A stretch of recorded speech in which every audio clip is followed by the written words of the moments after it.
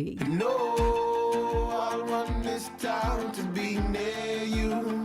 I stand low. Shelley Winter in for Mark Aram. Ladies and gentlemen, it's 11:04 on Monday morning after Easter. It's going to be a beautiful day. Anybody interested, as soon as I get off here at 12 noon, I am going straight to Dogwood Golf Course right by in my house in Austell, Marietta, and probably get there 12:30ish. So if you want to play golf, that's what I'll be doing this afternoon. I want to start here.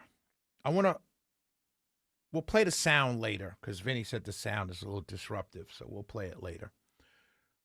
I want to set this up. A couple weeks ago, I posted on my Facebook page, and follow me on Facebook if you like, Shelley Winter, SHELLEYWYNTER. Follow me on Facebook. I got one of the most active, some people say comedic Facebook pages of all time. But follow me on Facebook, SHELLEYWYNTER. So I posted a couple weeks ago, The Roots. For those of you who don't know, The Roots is the first hip-hop band, right? It's a full band, and these are talented musicians, right? They are extremely talented. Horns, drums, everything. They are a talented hip-hop band. And they're fronted by a talented rapper who, if he wasn't in this band, Talib Kweli, if he wasn't in this band, he would be listed in pretty much everyone's top 5 as a lyricist. I'm talking to hip-hop fans now. If you don't know what I'm talking about, just listen to the story. So I posted that coming up at the end of May, the Roots they have a picnic. It's called Roots Picnic, and it's a festival. It's a music festival, and they've been doing it for several years now, and it's grown to be a big festival. So this year, one of their headliners is Jay-Z, number 2 on my top 5 lyricists of all time in hip hop, and he's being backed up by the Roots, and it's a combination that you won't see ever again, unless they do it again. But for right now, it's something you won't see ever again. For instance, the Roots will be here as a band for Jazz Festival on Sunday, May 24th. Put that on your calendar. I will be out at Piedmont Park with my full setup, 4 or 5 tents, food, and bring your own cooler, bring your own chair. You can hang out with me. But that's on May 24th. But they'll be here as a band. Jay-Z will be solo at Yankee Stadium, or he's going on a tour for the 20th anniversary of Reasonable Doubt, arguably one of the greatest hip-hop albums ever made, top to bottom. But they'll be by themselves. This is them together. And I posted about this saying, I got my tickets, I can't wait to go. And a guy came on my Facebook page, and he says, oh, get ready for a lot of arrests. Right? And I got so mad at this guy. I called him racist, POS. I went off on this guy because it was unnecessary. But then here comes 404 weekend. 404 weekend is a great idea. Some promoters came up with it a number of years ago, and it's a brilliant idea. 404, as you know, is the main area code for Atlanta. It represents Atlanta, 404. Just like I'm from New York, 212 represents New York City. 312 is for California. And you have these area codes that define an area. 404 is for Atlanta.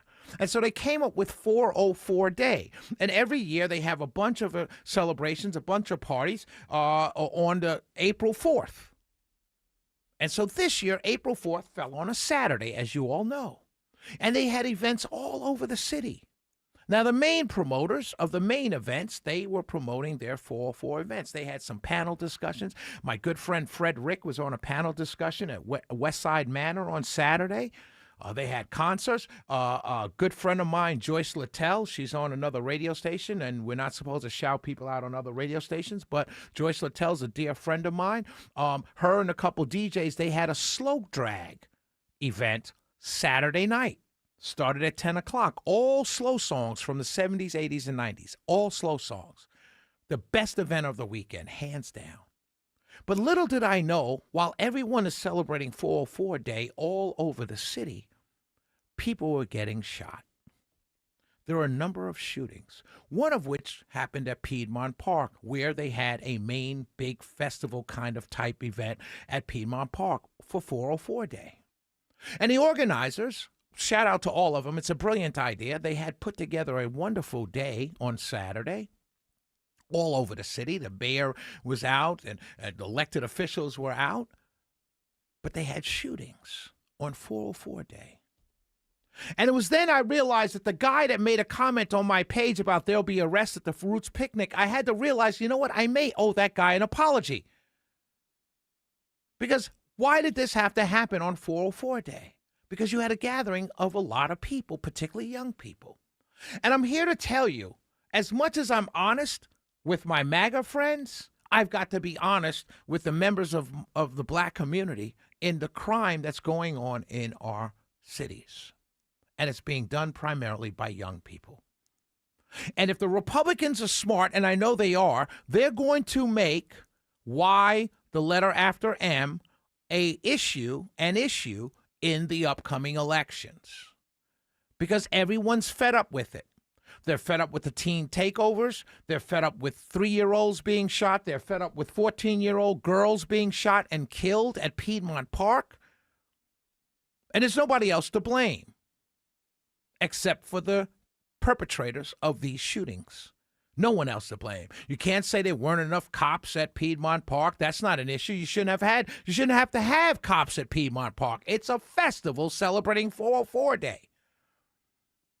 Why do you need cops? Everyone should go, have a good time, go home. But it's going to come to a point, and we're getting there now. We're here right now, that unless someone starts to say something beyond it's our babies, beyond thoughts and prayers, beyond we've got to do something about gun violence, unless someone starts to talk tough about the behavior in the culture, in the black community, which I've been saying for years and years and years, no one wants to touch it, others will. And they'll make a political issue of it. And you'll lose a bunch of races on the Democrat side. You've got to start calling out the behavior. And once you call out the behavior, you've got to start holding parents accountable. We're getting closer to that happening because they just jailed for a very long time a father who bought a gun for his kid, the kid took the gun and shot up a school. He was found guilty.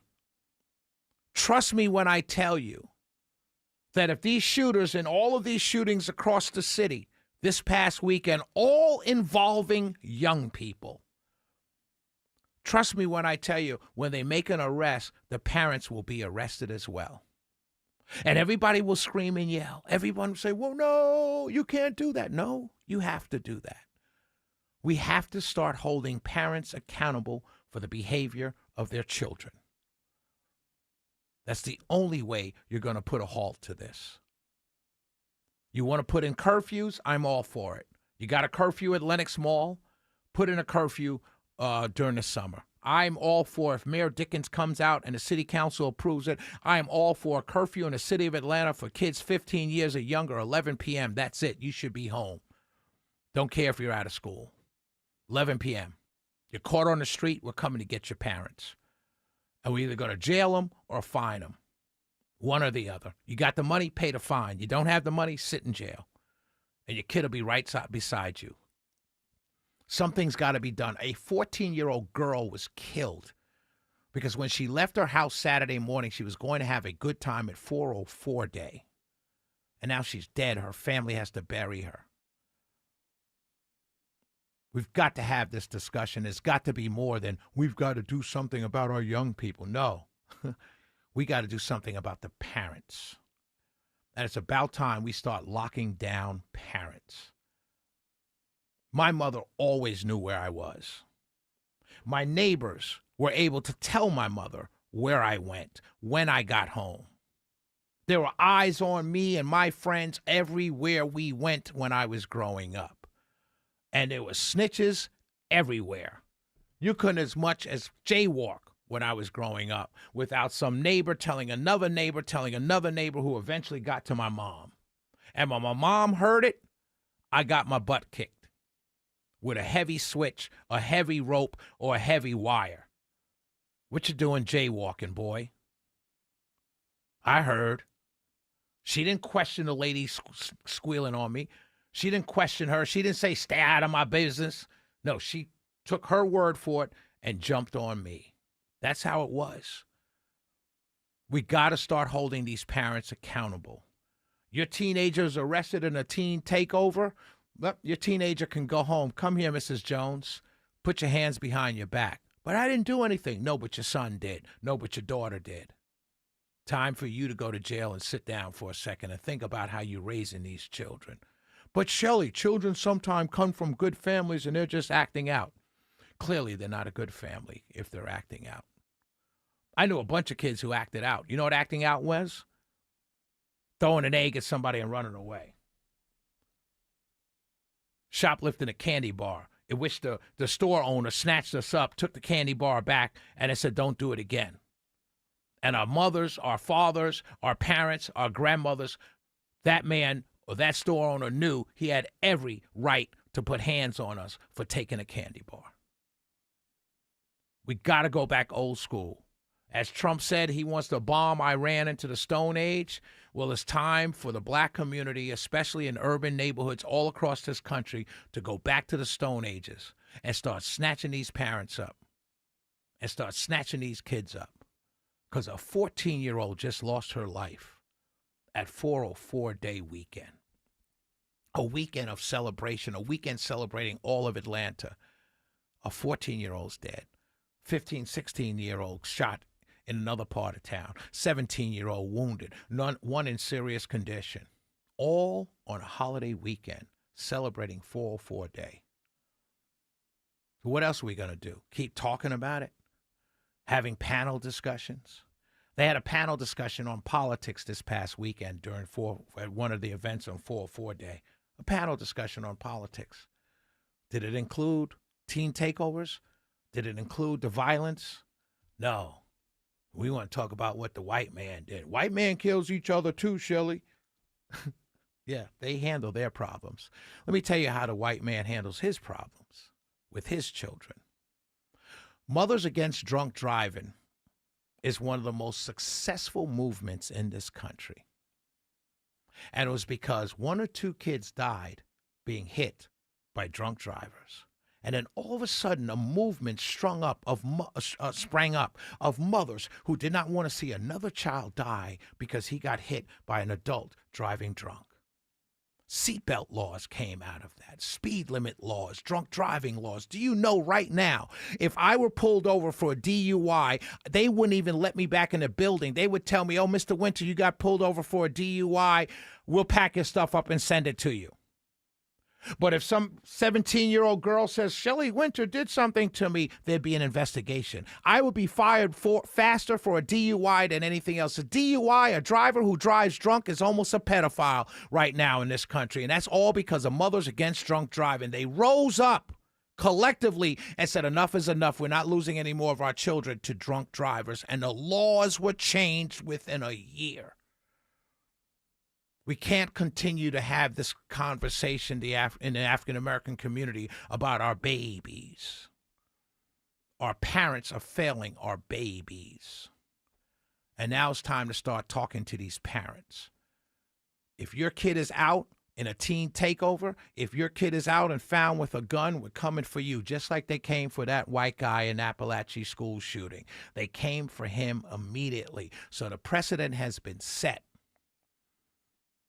Telling you, it's going to happen, and it's going to happen sooner than you think. And there won't be any cries. You won't be able to cry, racism, they hate us, they're against us. No, we're trying to save the children. Shelley Winter in for Mark Arum, 448-720-0750, 1-800-WSB-TALK. We'll be right back.